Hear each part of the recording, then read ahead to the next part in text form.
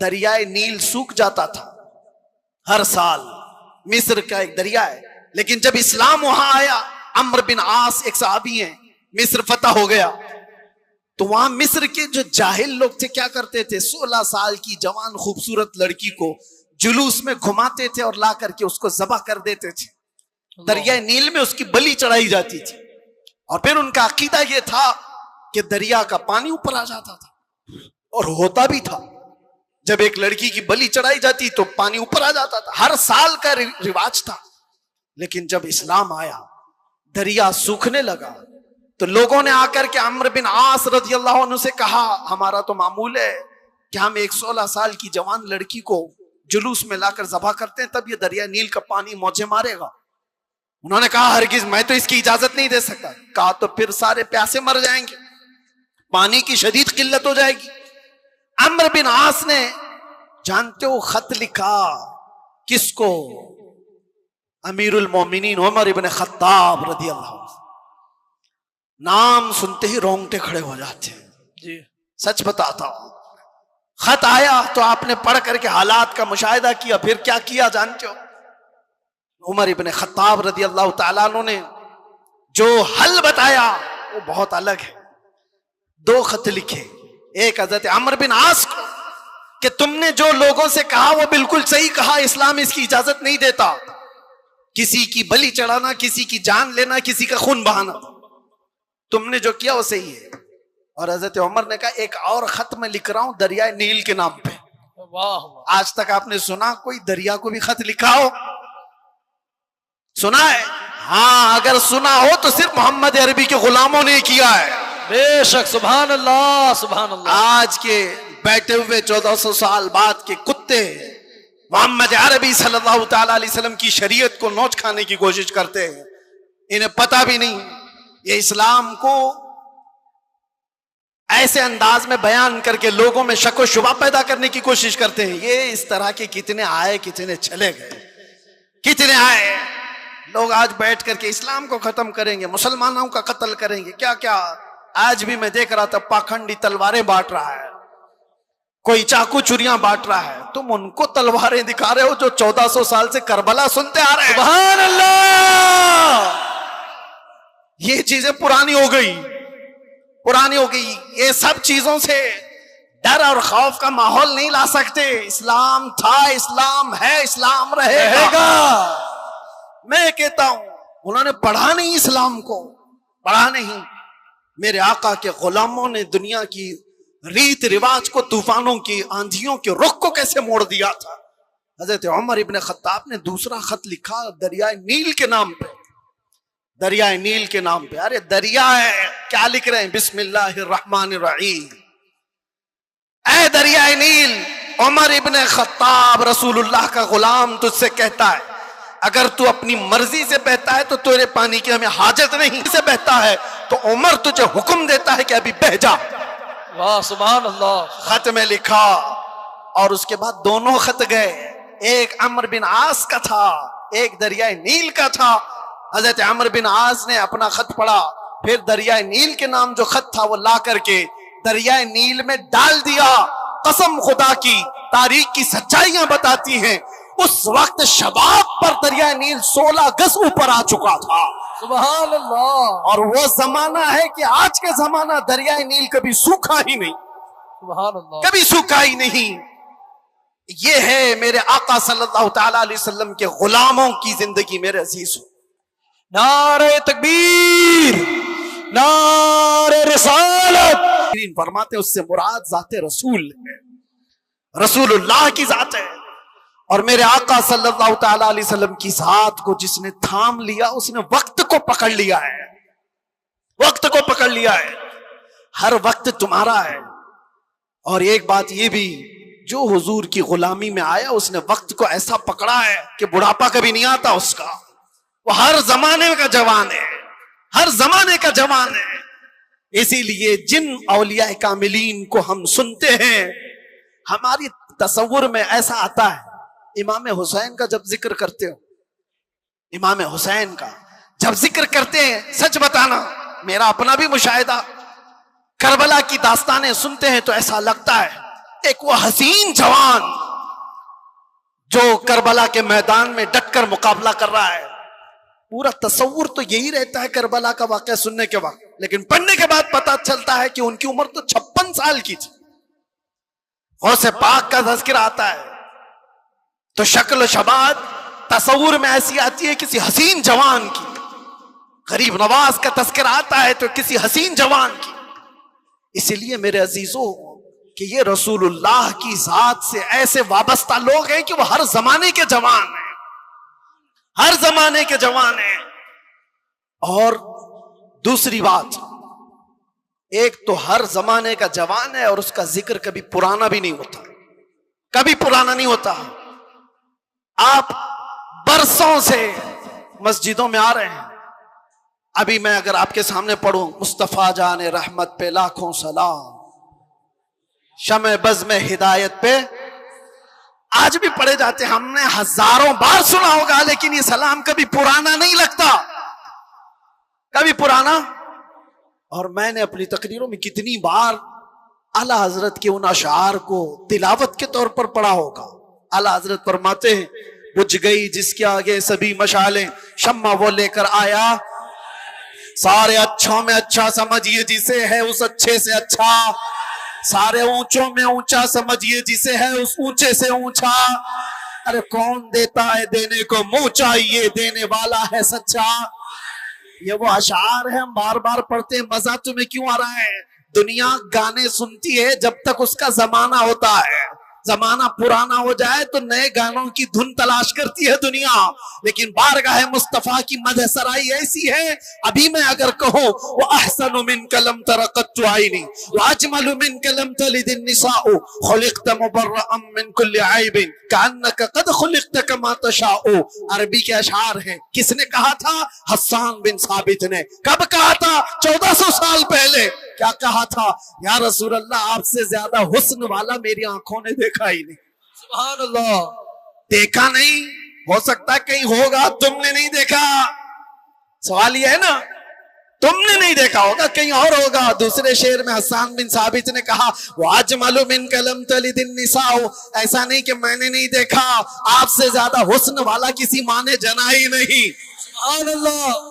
یہ اشعار پرانے لگتے ہیں, بار بار پڑھے جاتے ہیں. بلغ العلا بکمالہ کشف الدجا بجمالہ حسنت جمیع خصالہ صلوا علیہ. جو مدح سرائی کیا میرے آقا کی, اس نے وقت کی نبض کو پکڑا ہے, وقت کو تھام لیا ہے, اور وقت ہر زمانے کا اس کا ہے, اس کا وقت ہے. اگر کوئی ہم سے آ کر کے پوچھے غریب نواز کا کون سا وقت تھا, ہم کہیں گے نادان, 800 سال پہلے نہیں, ابھی ان کا ہی وقت ہے. سبحان اللہ. ہے یا نہیں؟ آج بھی ان کا ہی وقت ہے. کوئی اگر کہے 800 سال پہلے کے تھے, 700 سال پہلے کے تھے, نہیں, وہ راجے مہاراجاؤں کی تاریخ میں کہا جاتا ہے اتنے پہلے کے تھے. غریب نواز تو آج بھی ہیں. اسی لیے کربلا کے واقعے کو سمیٹتے ہوئے ایک شعر جو مشہور ہے فارسی کا, کیا کہا جاتا ہے؟ شاہ است حسین. فارسی آتی ہے؟ نہیں آتی, لیکن شعر یاد ہے. شاہ است حسین کا مطلب کیا ہے؟ فارسی میں سمجھا دیتا ہوں. فارسی میں است اور بود دو لفظ ہیں. است کا مطلب ہے, بود کا مطلب تھا. سمجھ میں آ رہا ہے؟ است کا مطلب ہے اور بود کا مطلب. شعر دیکھو آپ, شاہ است حسین, بادشاہ ہے حسین. یا یہ کہا جا سکتا تھا شاہ بود حسین, بادشاہ تھا حسین. نہیں, وہ بادشاہ کوئی اور تھا ہوگا, لیکن حسین بادشاہ. شاہ است حسین, بادشاہ. است کا لفظ آیا ہے. شعر کہنے والے نے یہی کہا کہ بادشاہ ہے. ایک تو شاہ ہے اور ایک بادشاہ ہے, دونوں میں فرق ہے. شاہ سلطان کو کہتے ہیں, بادشاہ سلطان بنانے والے کو کہتے ہیں. دونوں ہے حسین. است کا لفظ بتا رہا ہے کہ وہ ہمیشہ, ہر زمانہ اس کا ہے, ہر وقت اس کا ہے. جو بات میرے مصطفیٰ کی کیا, جو وقت کو تھام لیا, ہر زمانہ اس کا, ہر وقت اس کا. اس لیے تم اس نقطے کو سمجھ جاؤ. اور اسی لیے اخیر میں یہ کہوں گا, اعلیٰ حضرت نے جاتے جاتے ہمیں یہ سمجھایا تھا, جو اس نقطے کو سمجھ جائے گا، ایک گارنٹی آپ کو بتاتا ہوں، ایک گارنٹی، بہت سارے مسلمانوں کو یہ تو خوف ہونا ہی چاہیے. آج ہم ہیں، اللہ نے ہدایت پر رکھا، موت کا کیا پتا کہ کس حالت میں آئے گی. جائیں گے دنیا سے، ایمان ہوگا، اسلام ہوگا یا نہیں ہوگا کیا پتا. کوئی گارنٹی لے گا کسی کی؟ کوئی نہیں، کسی کی کوئی گارنٹی نہیں. اولیاء کرام اس بات سے ڈرتے بھی تھے، آخری وقت کیسا آئے گا پتا نہیں. ارے کتنے تو ایسے ہیں بولتے ہیں ہم تو تیاری میں ہیں، جب وقت آئے گا تو کلمہ پڑھ لیں گے نکل جائیں گے. کیا پتا تم ایسی حالت میں گئے کوما میں زبان ہلنے کی بھی طاقت نہیں رہ گئی. کیا پتا اس وقت کیسے حادثات ہو جائیں، مصیبتیں، اور تم تکالیف سے گھبرا کر کے پتہ نہیں انکار کر دو. ایسے چیزیں ہم نے دیکھی ہیں، اس لیے کسی کو پتہ نہیں. لیکن ایک بات ہے، اعلیٰ حضرت فرماتے ہیں ایک گارنٹی ہے، دنیا سے تم جب جاؤ گے تو اسلام کے ساتھ جاؤ گے.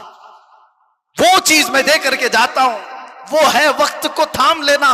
اعلیٰ حضرت فرماتے ہیں ایک چیز ہے، اگر وہ کرتے رہو گے تو دنیا سے ایمان کے ساتھ ہی جاؤ گے. وہ کیا ہے؟ انہیں جانا، انہیں مانا، انہیں جانا، انہیں مانا. نہ رکھا غیر سے کام، ہوگا کیا؟ للہ الحمد میں دنیا سے مسلمان گیا. کیا ہوگا؟ اللہ کا شکر ہے کہ میں دنیا سے مسلمان جاؤں گا. اگر انہیں جانا، انہیں مانا، اس بات پر تم عمل کر لو، باقی کسی نصیحت کی ضرورت ہی نہیں. تم اپنی زندگی کو ایسی گزارو. میرے عزیزو، کل کی صبح آنے سے پہلے یہ خیال کرو کہ میری صبح ایسی ہو کہ جسے دیکھ کر میرے آقا مسکرائے، میرے آقا کو خوشی ہو. ہر ہفتہ میرے اعمال کی خبر فرشتے میرے آقا کی بارگاہ میں پہنچاتے ہیں. میں اس ہفتے ایسے عمل کروں کہ فرشتے جب میری اعمال کی خبر بارگاہ مصطفیٰ میں پیش کر رہے ہوں تو آقا دیکھ کر کے مسکرائیں کہ میرا غلام خوشیوں کے اعمال کر رہا ہے. ایسا نہ ہو کہ ان راتوں کو تم نے عیاشیوں میں مبتلا کر رکھا اور تم گناہوں کے اڈوں پر دن و رات بسر کرتے رہے ہو. فرشتے جب جا کر بارگاہ مصطفیٰ میں سنا رہے ہو تو یہ خبریں دے رہے ہو کہ فلاں کا بیٹا یا رسول اللہ رات پوری گناہوں کے اڈوں پر گزارا، رات کی تنہائیوں میں وہ لوگوں سے چھپ کر عیاشیاں کر رہا تھا. جب ہماری ان خبروں کو بارگاہ مصطفیٰ میں پہنچایا جا رہا ہوگا تو حضور پر کیا گزرے گی. وہ رسول ہے جو اپنی امت کے تلووں میں کانٹا چبھنا بھی گوارا نہیں کرتے. جب ہمارے سخت ترین برے اعمال پیش ہوں گے تو میرے آقا پر کیا گزرے گی. اس لیے جو اپنے نبی سے محبت کرتا ہے وہ اپنے وقت کو برباد ہونے نہیں دے گا، اپنی زندگی کو اپنے ہاتھوں تباہ و برباد نہیں کرے گا.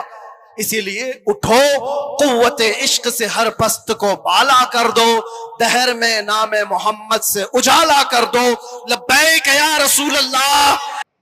چھوٹے چھوٹے سے بچے جن کے بالغ ہونے میں ابھی وقت باقی ہے لیکن وہ بے حیائی کی باتیں کھلے طور پر کرتے، ایسا لگتا ہے کہ وقت سے پہلے بھی جوان ہو چکے. یہ قیامت کی نشانیاں، یہ قیامت کی نشانیاں جو ہمارے گھروں میں آج آ چکی ہیں. اے نوجوانوں، تمہارے پاس وقت بہت کم رہ گیا ہے. اگر تم 20 سال 25 سال کی ہو تو ایسے سورج تیزی سے نکل رہا ہے، تیزی سے ڈوب رہا ہے. تم کو کیا لگتا ہے کہ آج 6 بجے نکلا شام 7 بجے ڈوب گیا؟ نہیں، ہر دن تمہاری زندگی کی ایک گھڑیوں کو ڈبوتے چلا جا رہا ہے، تمہیں بہت تیزی سے بڑھاپے کی طرف لاتا ہے. اور وہ وقت عنقریب آنے والا ہے، عنقریب، جب ملک الموت بالکل تمہارے سامنے آ کر کھڑا ہے. موت کا فرشتہ جس سے کوئی بھی بچ نہیں سکتا اور چھٹکارا نہیں. اسی لیے نبی پاک صلی اللہ علیہ وسلم نے فرمایا اپنی زندگی کو غنیمت جانو، موت آنے سے. میں نے ایک حدیث پڑھی حضرت سفیان ثوری رضی اللہ عنہ، ایک چھوٹی سی بچی اپنے باپ کے جنازے کے ساتھ روڈ پہ بھی جا رہی تھی. 8 سال کی بچی تھی. اس کے باپ کا انتقال جنازے کے پیچھے پیچھے روڈ پہ جا رہی تھی اور یہ کہتی جا رہی تھی کہ آج ہمارے گھر پر کتنی بڑی مصیبت آ گئی، ہمارے باپ ہم سے دور ہو گئے اور میں بچپن میں یتیم ہو گئی، میرے گھر پر آج بڑی مصیبت آئی. بچی رو گئی. جانتے ہیں حضرت سفیان ثوری اس بچی کو دیکھتے ہیں، کہتے بیٹا ادھر آ، میں تجھے بتاؤں تیرے گھر والوں کو مصیبت نہیں آئی. تم تو کل سے پھر معمول پر چل پڑو گے. جو مصیبت تیرے باپ پر آئی ہے موت، یہ پھر کبھی کسی کے اوپر نہیں آتا، ایک ہی بار آتا. اس سے بڑی کوئی چیز دنیا میں نہیں ہے. تمہارے گھر پر کیا ہے؟ آج مرا کم کرو گے، کل سے کھانا پانی کا پہننا سونا سب شروع ہو جائے گا. تم تو معمول پر آ جاؤ گے، اس کی زندگی ختم ہو چکی. اس پر جو چیز آئی ہے تیرے باپ پر، وہ سب سے بڑی مصیبت ہے. پھر وہ بچی قبرستان تک گئی اور اپنے باپ کو دفن کر کے جب آئی، دوسرا دن تھا. صبح صبح کے وقت حضرت سفیان نے سوری قبرستان میں تھے، تو یہ چھوٹی سی ننھی بچی اپنے باپ کی قبر کے پاس بیٹھ کر رو رہی تھی، کہہ رہی تھی ابا جان آپ بیمار تھے، میں رات کو دوائیاں لا کر دیتی تھی، آپ کا بستر میں بچھا آپ کو اوڑھنا میں اوڑھا دیتی تھی، اور کھانے کے لیے میں لے آتی. کل کی پہلی رات گزری ہے، کیا کسی نے آپ کو دوائی پوچھی؟ کیا کسی نے آپ کا بچھونا بچھایا؟ کیا کسی نے آپ کو اوڑھنا دیا؟ کیا کسی نے کھانا پوچھا؟ وہ باپ کی قبر کے پاس بیٹھے رو رہے تھے. سفیان ثوری اس بچی سے کہتے ہیں بیٹا آپ اپنے باپ کی مت پوچھو کہ کل دوائی کس نے دیا، کل کھانا کس نے پوچھا. اب یہ پوچھ اپنے باپ سے بابا جان کل ہم نے جو کفن پہنا کر بھیجا تھا فرشتوں نے اسے سلامت رکھا یا چھین لیا؟ کہیں ایسا تو نہیں کہ ننگا کر دیا وہ اعمال کی وجہ سے. اب یہ پوچھ اپنے باپ سے کہ بابا جان کل تک ہمارے ساتھ موجود تھے، جسم سلامت تھا، کل ایسا تو نہیں کہ بدعملیوں کی وجہ سے رب تعالیٰ نے چہرے پر اور آنکھ اور ناک پر بچھو چھوڑ دیا؟ یہ پوچھ اپنے باپ سے.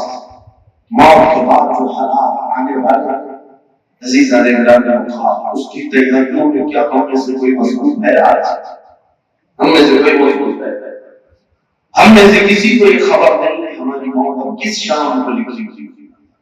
ہم میں سے کون ان سفر کو خالی کر کے جانے والا ہے یہ ہمیں پتا نہیں.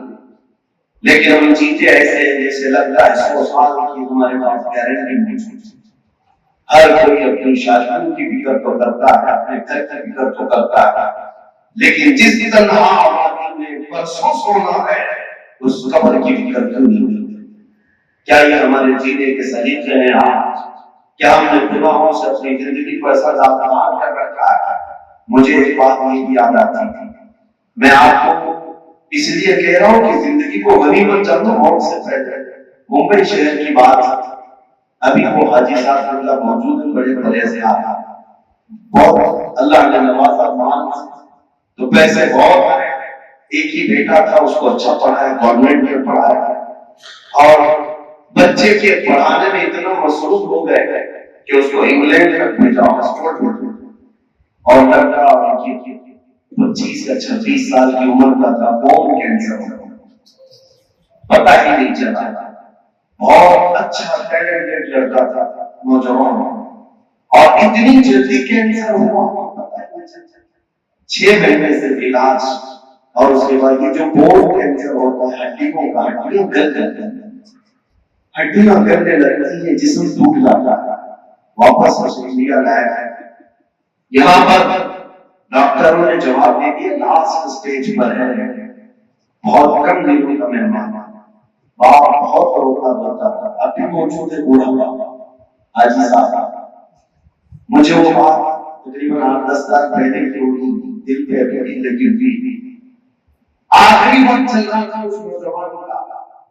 ایک دن اس نے اپنے باپ سے کہا پاپا میری 10ویں کی مارک شیٹ، میری 12ویں کی سرٹیفکیٹ، اور جو بنا حصوں میں نے کھیلوں میں مقابلوں میں جو حصہ لیا، شیلڈ ملے، انعامات ملے، وہ کہا. باپ نے کہا بیٹا سب میں نے سنبھال رکھا ہے، 10ویں کی بھی ہے، 12ویں کی بھی ہے، میرے کالج ہے، یونیورسٹی کی. کہا بیٹے تمہیں دیکھنا چاہتا ہوں، میں جا رہا ہوں دنیا چھوڑ کر، میری وہ جو کچھ بھی پڑھائی ہوئی ہے اس کی سند مارک شیٹ مجھے ایک بار دکھاؤ. باپ تجوری کھول کر لایا، الماری میں سے وہ مارک شیٹ، اس کی سند سرٹیفکیٹ لا کر اس میں شیلڈ بھی تھے. وہ نوجوان لڑکا دیکھتا رہا اور روتا رہا. اپنے باپ سے پوچھا بابا مجھے یہ بتاؤ ان سرٹیفکیٹ میں سے کون سی ایسی ہے کہ میں منکر نکیر کو بتاؤں تو مجھے چھوڑ دو. میں جس منزل پہ جا رہا ہوں, جس قبر کی وادی میں جا رہا ہوں, یہ میری سرٹیفکیٹ میں سے کون سی ایسی ہے میں ان فرشتوں کو دکھاؤں تو مجھے چھوڑ دے گے. باپ کہتے میرے پیروں تلے سے زمین کھسک گئی. میں سوچتا رہ گیا کہ بیٹا تجھے 25 سال تک میں نے ہر دولت کو دیتی لیکن سورہ فاتحہ بھی صحیح پڑھنا سکھانا. آج ایسا عزیزہ نے کرم مقام یہ ہے میرے آقا صلی اللہ علیہ وسلم کے فرمان کا خلاصہ کہ اپنی زندگی کو غنیمت چاہو موقع کرنے سے. تمہارے پاس آج وقت ہے, تمہارے پاس آج دولتیں نعمتیں. ایک بات یاد رکھنا بڑھاپا ہر ایک کو نہیں دیا جاتا. بڑھاپا ہر ایک کو نہیں دیا جاتا. جو بوڑھے ہو گئے یہ اللہ کی نعمت ہے ان کے اوپر. بڑھاپے میں جو مسجدوں کی طرف آ گئے اللہ کی ہزار رحمتیں ہیں ان پر کہ انہوں نے اپنی جوانی کے بعد جوانی میں جو دیکھنا تھا دیکھ لیے لیکن توبہ کر کے رب کے دروازے پر آ چکے. اور میرا رب فرماتا ہے جس کی داڑھی اسلام میں سفید ہو گئی اس کو عذاب دینے میں مجھے حیا آتی ہے. رب تبارک و تعالیٰ فرماتا ہے مجھے حیا آتی ہے اس کا عذاب کیسے. لیکن یہ کون کہہ سکتا ہے کہ میں بھی بوڑھا ہوں گا تو بھی بوڑھے ہوں گے. اس لیے کہ ہم جو بہت سے جوانوں کے جنازے بھی جاتے ہیں, بہت سارے جوانوں کے جنازے جاتے ہیں. میرے عزیزوں کل میں آپ کے قریب پڑوس شہر پر بنی میں تھا.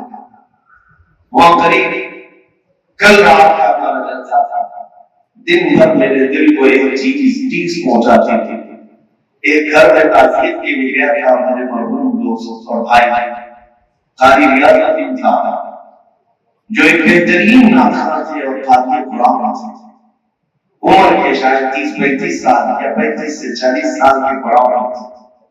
اور ایک سڑک حادثے سے اچانک ان کا انتقال ہوا اور ان کا جنازہ بھی انڈیا نہیں آ سکتا.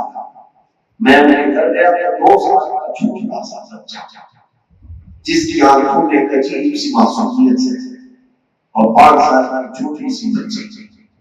میں انہیں دیکھ کر کے حسرت بھری نگاہوں سے اللہ کی بارگاہ میں بولتا تھا کہ مولا یہ 2 سال کی عمر میں یہ دینی کو اٹھایا ہے, یہ 5 سال کی عمر میں یہ دینی کا بوجھ اٹھا کر واپس آ رہے ہیں. آپ بہت جوانی میں چلا گیا. ہم کو تو مولا تو نے ماں بھی دیا باپ بھی دیا. اور ان نوجوانوں کو دیکھ کر پھر احساس ہوتا ہے نوجوانوں آپ ان بچوں کو دیکھو جو ابھی 2 سال کی کلیاں اپنے باپ کی محبت نہیں دیکھ سکے. تمہارے گھروں میں باپ موجود ہے ٹھکرا کر چلے جاتے ہو. تمہارے گھروں میں ماں تمہارے لیے دعاؤں کے لیے تیار بیٹھی ہے, تم جھڑکا کے چلے جاتے ہو. اس کو بھی سمجھ لو غنیمت چاہتا ہوں کی زندگی کو ان کے مرنے سے بہتر ہے. وہ جب چلے جائیں تو دنیا میں اندھیرا چھا جاتا ہے. یتیم سے پوچھو کہ باپ کے اٹھنے کے بعد کیسی ویران کیا تھے گھر گھر گھر. جتنے گھر کے افراد ہوتے ہیں سب بکھر جاتے ہیں, سب ٹوٹ جاتا ہے. اور ماں کا گھر سے چلی گئی وہ تو ساری دولت ہے چلی جاتی. نہ دوسری کوئی ماں آتی ہے دنیا میں نہ کوئی دوسرا باپ آتا ہے. ہر کوئی تمہیں 4 لفظ محبت کے بول سکتا ہے لیکن تمہیں یاد ہے جب تم اس کے بستر کو پخانے اور پیشاب سے تلیز کر دیتے تھے وہ اپنے ہاتھوں سے خوشیوں سے صاف کرتے تھے. کوئی دوسرا ہماری نجاست کو ہاتھ نہیں لگاتا. نجاست تو دور کی بات ہے, ہماری دھوپ کو بھی کوئی چھونا نہیں چاہتا.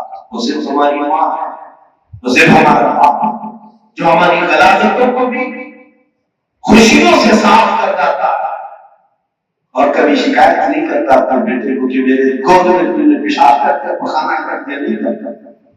لیکن جوان بچوں کو جب میں آج دیکھتا ہوں ٹھکرا کر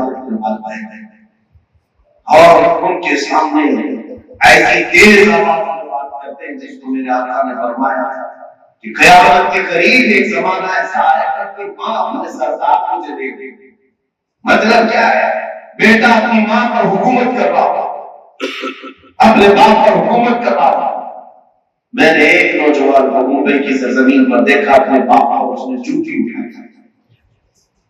فرماتے گیا آپ نے کہا تو میرا بیٹا ہے مجھے پتا نہیں ہے میرے سامنے وہ لڑکا کہتا ہے اسی بات کا تو مجھے افسوس ہے کہ میں تجھ سے پیدا ہوا یہ حالات یہ معاشرے تمہیں اندازہ نہیں ہے کہ موت کے بعد تمہارا حساب ہونا ہے اب آؤ میں اس حدیث کی طرف چلتا ہوں نبی آدم صلی اللہ علیہ وسلم ارشاد فرماتے ہیں قیامت کے دن ابن آدم اولاد آدم اس وقت تک اپنا پاؤں حشر کے میدان سے ہٹا نہیں سکے گی جب تک رب تعالیٰ کے اس سوال کا جواب نہیں دیں گے.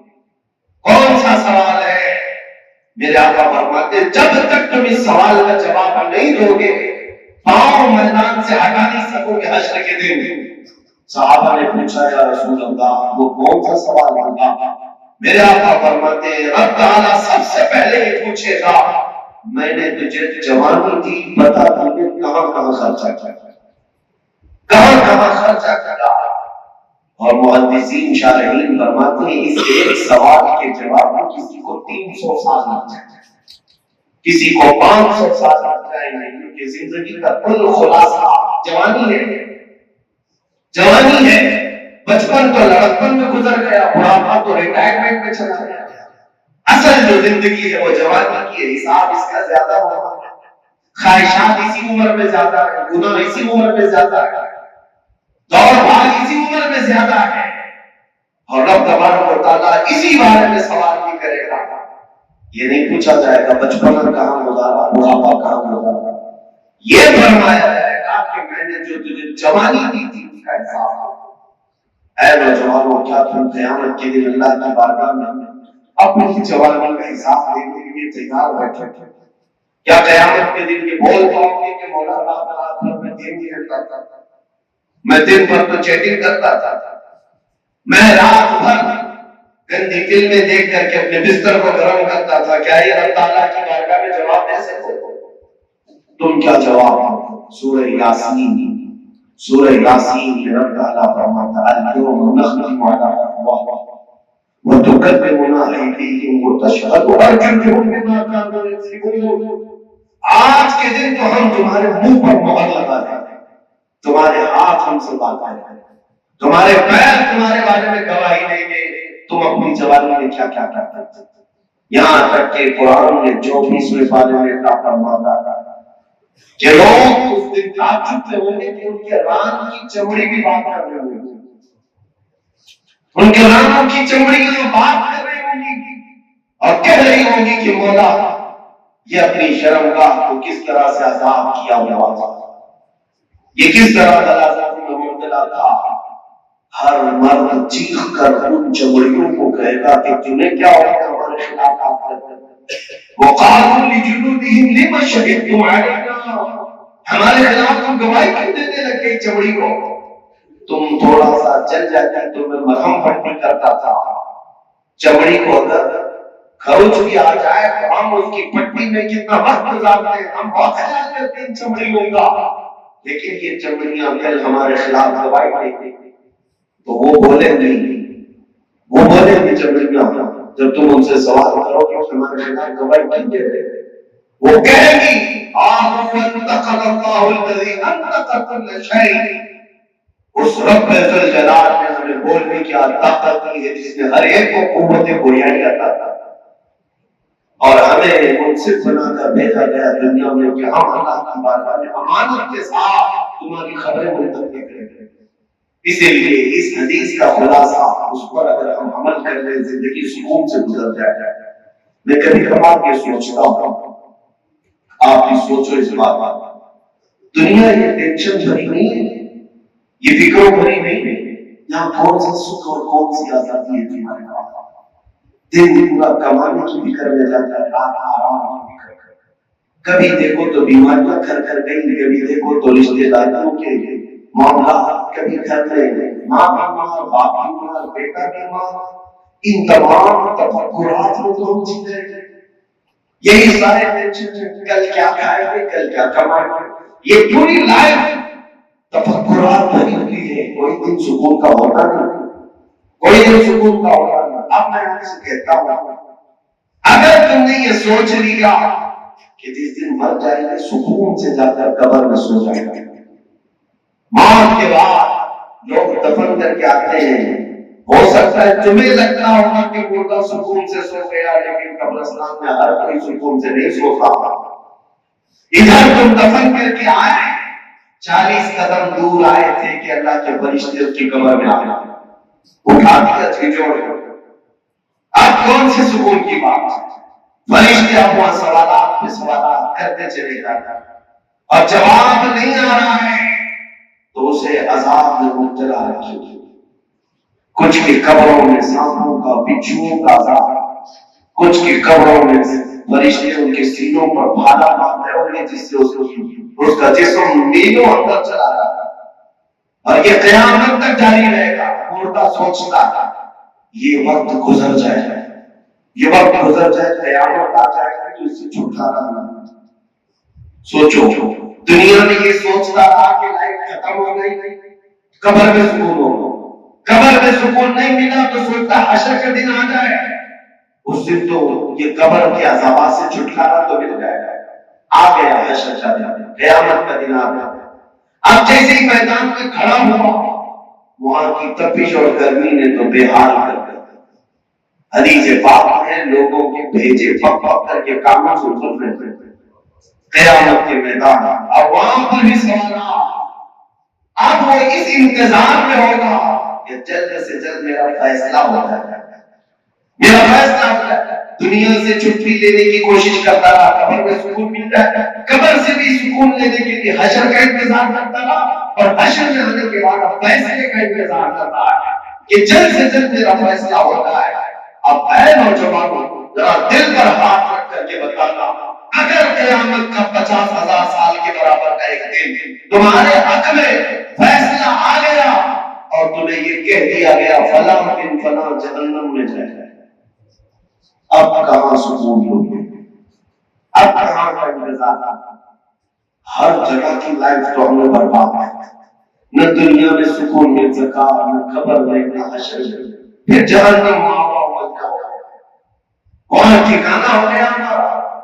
اس لیے میرے آقا صلی اللہ علیہ وسلم کی طرف اشارہ کرتے ہوئے بریلی کے امام نے کہا تھا آج لوگوں کی پرواہ، آج مدر ماما سے کل مانے کی قیامت میں اگر مان گیا. بہت ساری تمہارے پاس ابھی فرصتیں موجود ہیں، تم اپنے آپ کو بدل سکتے ہو. یہ مسجدیں جو ویران ہیں نہیں بھر سکتے ہو، جو ہر وقت تمہیں پکارتی ہے کل قیامت کے دن بھی تمہارے خلاف مقدمہ کریں گے. اللہ کی بارگاہ میں شکایت کرتی ہے مسجد مولا انہوں نے بنا تو دیا تھا لیکن مجھے بھوکا اور پیاسا رکھتے تھے. اس سے پوچھا جائے گا مسجد کو کہ تجھے بھوک کیسے لگتی تھی؟ یہ کہتی ہے جب اذان ہوتی مجھے بھوک لگتی، اگر یہ آ کر میری صفیں بھر دیتے میرا پیٹ بھر جاتا، مگر انہوں نے اکثر مجھے خالی رکھا، بھوکا تھا. یہ ہمارے خلاف مقدمہ کرے گا. لیکن تصویر کا ایک دوسرا رخ بھی میں آپ کو بتا جاتا ہوں. یہ تو ان لوگوں کے حالات میں نے آپ کو بتایا جنہوں نے اپنے ہاتھ کی جوانی برباد کی، جنہوں نے جوانی کی قدر نہیں کی، احساس نہیں کیا، غنیمت نہیں جانا، کہ ان کے لیے میں نے بتایا. لیکن آؤ میں تمہیں بتاؤں جس نے جوانی کی دہلیز پر قدم رکھتے ہی احساس کر دیا کہ میں یہاں پر اپنی مرضی کی لائف جینے نہیں آیا، رحمان کی مرضی سے جیوں، تو پھر اس نوجوان کے حالات ایسے اللہ اس کے لیے فرشتوں میں اعلان کیا جاتا ہے، فرشتوں میں اعلان کرایا جاتا ہے یہ اللہ کا پاکیزہ بندہ ہے جو اپنی خواہشات کو ٹکرا کر اس پر فتن دنیا میں، فتنوں سے بھری ہوئی دنیا میں اپنے رحمان کے حضور کھڑا رہتا ہے، مصطفیٰ کریم کے پیچھے چلتا ہے. فرشتوں کی جماعت میں تمہارا نام اعلان کرایا ہے وہ جوان جو اپنی جوانی کی قدر کی. اور اتنا ہی نہیں، اگر تمہاری موت ہوئی، اگر تمہارا انتقال ہوا، حدیث پاک میں ہے زمین کا وہ ٹکڑا جہاں تم سجدہ کرتے تھے وہ تمہاری موت پر ہونے لگ جاتا ہے، روتا ہے اللہ کی بارگاہ میں کہ مولا اس کے سجدوں سے مجھے سکون تھا وہ ہم سے دور ہو گیا. اس کے غم میں وہ ٹکڑا جہاں پر تم سجدہ کرتے تھے وہ روتا. اور اتنا ہی نہیں، آسمان کا وہ دروازہ جس سے تمہارا رزق اترتا تھا تمہاری موت پر وہ بھی غم کرتا تھا۔ مولا ایک صالح نوجوان میں آیا، وہ نوجوان گیا جو عشق مصطفیٰ میں تھا۔ اسی کو اعلیٰ حضرت نے فرمایا عرش پر دھومیں مچی کہ مومن صالح ملا، فرش پر ماتم اٹھا کے طیب و طاہر گیا۔ عرش پر دھومیں مچی مومن صالح ملا، فرش پر ماتم اٹھا کے طیب و طاہر گیا۔ یہ آسمان اور زمین دونوں بھی اس کے غم میں رہتے ہیں جو عشق مصطفیٰ میں مبتلا تھا۔ اور اتنا ہی نہیں، جس دن جنازہ ہمارا نکلتا ہے، جانتے ہو قبرستان کے دروازے پر پہنچنے سے پہلے بزرگوں نے فرمایا مردے جو قبروں میں موجود ہیں وہ تمہارے استقبال کے لیے کھڑے ہوئے ہیں، اور ہر قبر والا یہ اللہ کی بارگاہ میں تمنا کرتا ہے کہ مولا یہ جو صالح جنازہ آ رہا ہے میرے پڑوس میں اسے دفن کر، اسے یہاں دفن ہونے کی توفیق دے دے۔ ہر ایک تمنا کرتا ہے کہ تم پڑوسی بن جاؤ گا، کیوں؟ اس لیے کہ وہ قبروں والے جانتے ہیں کہ آج یہ سوئے گا ہمارے بغل میں، اللہ کی رحمت اس پر برسے گی، ان کی چیزیں ہم پر پڑ گئی۔ لیکن بزرگوں نے یہ بھی لکھا ہے کہ جو جوانی برباد کر کے جا رہا ہے، جو جنازہ نکلا ہے، پورے قبرستان کے مردے کھڑے ہو کر مولا کی بارگاہ میں پناہ مانگتے ہیں، مولا اس کا جنازہ قبرستان میں آنے نہ دے، ہمارے بغل میں اسے دفن ہونے نہ دے، کہ اگر وہ آج یہاں سو گیا تو کل سے اس پر جو عذاب ہونے والا ہے اس کی دھمک ہر ایک کی قبر میں آئے گا۔ تمہارے ہاتھ میں زندگی کون سی گزارنا، کون سی زندگی گزارنا؟ وہ زندگی کہ ہر کوئی تمہارا استقبال کرنے کے لیے زندے بھی اور مردے بھی کھڑے رہے، یا وہ زندگی جس سے تم ہر کوئی دامن کو بچا چاہتا؟ آج ہے بہت سارا کچھ ایسے لوگ ہیں جن سے کوئی بات بھی نہیں کرنا چاہتا دنیا میں، ان کے گھر والے ان سے پریشان ہیں، ان کی بیوی بچے پریشان، ماں باپ پریشان۔ آج میں کہتے ہیں گھر میں آتا ہے تو بلا کی طرح لگتا ہے۔ میرے عزیزوں کون سی زندگی گزارنا چاہتے ہو؟ اپنے آپ کو سوال، اتنا سوال ہو کہ لوگ تمہارے جانے کے لیے تمہاری کمی کا احساس کرتے ہیں، تم محفلوں کی رونق بن جاؤ، تم لوگوں کی زینت بن جاؤ، کہ تمہارے سے لوگ مسکرائیں اور تمہارے سے لوگ نفع اٹھائیں۔ یہی میرا آقا صلی اللہ علیہ وسلم کے فرمان کا مقصد ہے، اخلاص۔ میں پھر سے اس حدیث کی تلاوت کر کے اپنی گفتگو کو سمیٹتا ہوں۔ اللہ کے نبی نے 5 چیزیں دے دی لیکن پوری حیات کا اصول سمجھا، پوری زندگی کا اصول دے دیا۔ اغتنموا خمسا قبل خمسین، شبابک قبل حرمک، صحتك قبل سقمك، غناك قبل فقرك، فراغك قبل شغلك، وحياتك قبل موتك، او كما قال رسول اللہ صلی اللہ علیہ وسلم۔ میرے آقا فرماتے ہیں 5 چیزوں کو 5 چیزیں آنے سے پہلے غنیمت جانو، اپنی جوانی کی قدر کرو بڑھاپا آنے سے پہلے، اپنی صحت کی قدر کرو بیماری آنے سے پہلے، اپنے فارغ الحالی کو غنیمت جانو مشغولیت سے پہلے، اور اپنے غنا کو، اپنی امیری کو فقر اور غنیمت جانو کہ غریبی آنے سے پہلے، محتاجی آنے سے پہلے، اور اپنی حیات کو، اپنی زندگی کو غنیمت جانو موت آنے سے پہلے۔ عزیزان اللہ، میں خلاصتاً ایک میسج یہ بھی دے کر کے جاؤں گا، حدیث کے ہر ٹکڑے پر اگر میں گفتگو کروں تو شاید سال بھر کے جمعہ چلے جائیں۔ حدیث پاک مفہوم اتنا طویل، لیکن ان لوگوں کو احساس نہیں جن کے پاس اللہ نے صحت دی۔ کبھی کبھار ہو سکے نوجوانوں کو ایک ٹیم بناؤ، تمہاری تنظیم بناؤ، اور ساری تنظیم مہینے میں ایک مرتبہ کسی کینسر ہاسپٹل کا چکر لگا جاتا تھا۔ میں خود نوجوانوں کو لے کر جاتا تھا ہر ربیع الاول شریف۔ میرا مقصد یہ ہوتا کہ نوجوان میرے ساتھ آیا۔ ہم نے ایسے بیماروں کو دیکھا جو موت اور حیات کے بیچ میں لڑ رہے ہیں، جن کے چہرے سڑے ہوئے ابھی سے، اور ایسے حالات میں ہم نے دیکھا ہے کسی کی زبان باہر نکلی ہوئی تھی اور کسی کے گلے میں اتنا بڑا ہے کہ وہ چہرہ چھپایا ہے،